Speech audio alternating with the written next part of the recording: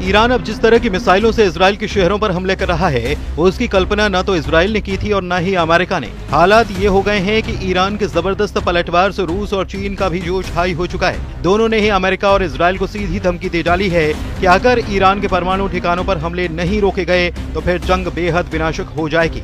इस वक्त पूरे इजराइल में गाजा जैसी तस्वीरें दिखाई देने लगी हैं। ये कहना गलत नहीं होगा।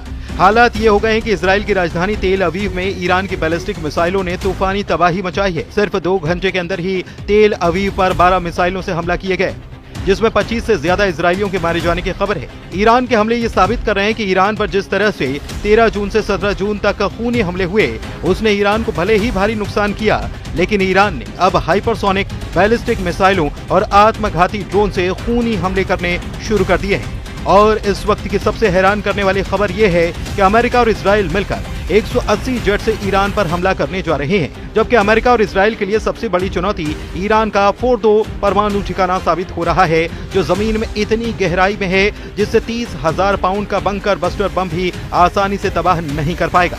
इधर ईरान के समर्थन में रूस और चीन खुलकर सामने आने लगे। पुतिन ने 2 चूक कह दिया है कि इजराइल के हमलों से ईरान के भूमिगत परमाणु अड्डों को नुकसान नहीं हुआ है। वहीं ट्रंप ने ऐलान किया है कि जब तक खामनेई को नहीं मारा जाएगा तब तक इजराइल हमले करता रहेगा।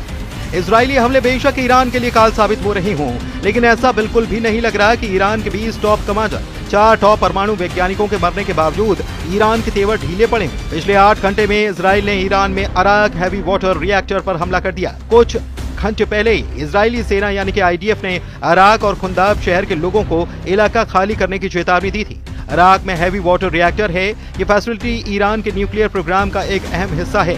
इसके साथ ही अराक में बड़े पैमाने पर हथियारों का उत्पादन होता है, जिसे इजराइल ने 40 जेट के हमलों से तबाह करने की कोशिश की है।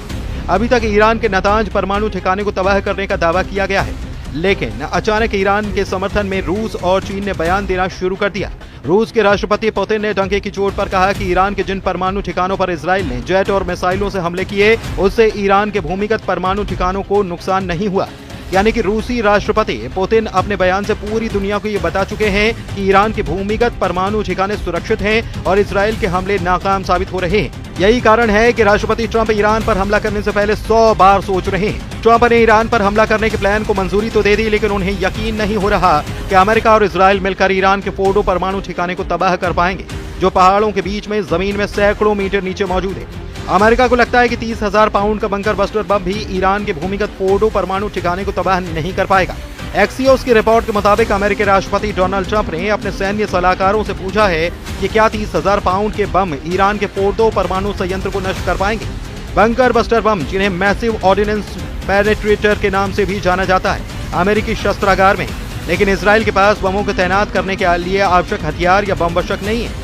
फोर्डो को इतनी गहराई पर जमीन के अंदर दफनाया गया कि माना जाता है कि ये इजरायली हवाई हथियारों की पहुंच से बाहर है। पेंटागन के अधिकारियों ने ट्रंप को बताया कि उनका मानना है कि बम फोर्डो के खिलाफ काम कर सकते हैं। हालांकि अभी तक ये साफ नहीं है कि ट्रंप इस बात को लेकर आश्वस्त हैं या नहीं।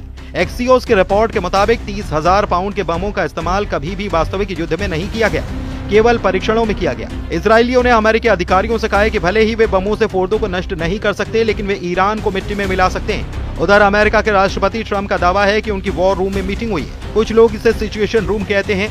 हम लोग ये देख रहे हैं और समझ रहे हैं कि हम इसके बीच में, ये खतरनाक हालात है और मुझे इसे देखना पसंद नहीं है। मुझे इतनी सारी मौतें और विनाश देखना पसंद नहीं है। मौत यही वो चीज है जिसे मैं देखना पसंद नहीं करता।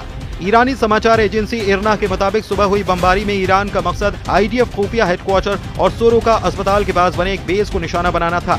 इसीलिए इजराइल के सोरोका अस्पताल पर ईरान ने हमला किया। ईरान ने सेंट्रल इजराइल में स्थित स्टॉक एक्सचेंज बिल्डिंग पर भी मिसाइल से हमला किया। अरब मीडिया के मुताबिक इससे बिल्डिंग को काफी नुकसान पहुंचा है। ईरान ने जवाब में इजराइल के 4 शहरों तेल अवीव, बीशेरबा, रमत गण और होलोन पर 30 मिसाइलें दागे। इजरायली मीडिया रिपोर्ट के मुताबिक 7 मिसाइलों को इजरायली डिफेंस सिस्टम रोकने में नाकाम रहा। ईरान के हमलों में 176 लोग घायल हुए, 6 लोगों की हालत नाजुक है। इजरायली PM बेंजामिन नेतन्याहू ने कहा कि ईरान जानबूझकर इजरायली नागरिकों और अस्पतालों को निशाना बना रहा है। इजराइल इन हमलों का बदला लेगा।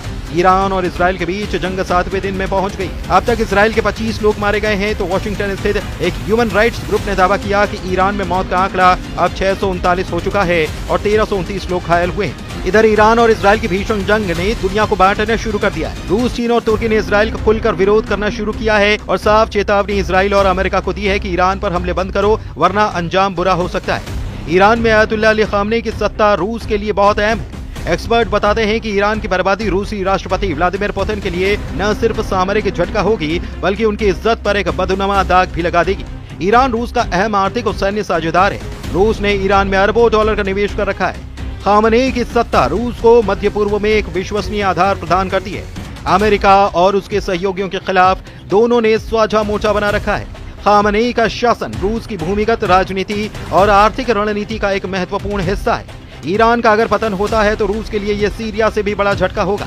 इधर ईरान के परमाणु बम पर हैरान करने वाला दावा अंतर्राष्ट्रीय परमाणु ऊर्जा एजेंसी ने किया है। IAEA ने 19 जून को कहा कि ईरान परमाणु हथियार बनाने की कोशिश कर रहा है। इसका कोई सबूत नहीं मिला है। IAEA के डायरेक्टर राफेल ग्रॉसी ने अल जजीरा को इंटरव्यू में ये ताजे दावे किए।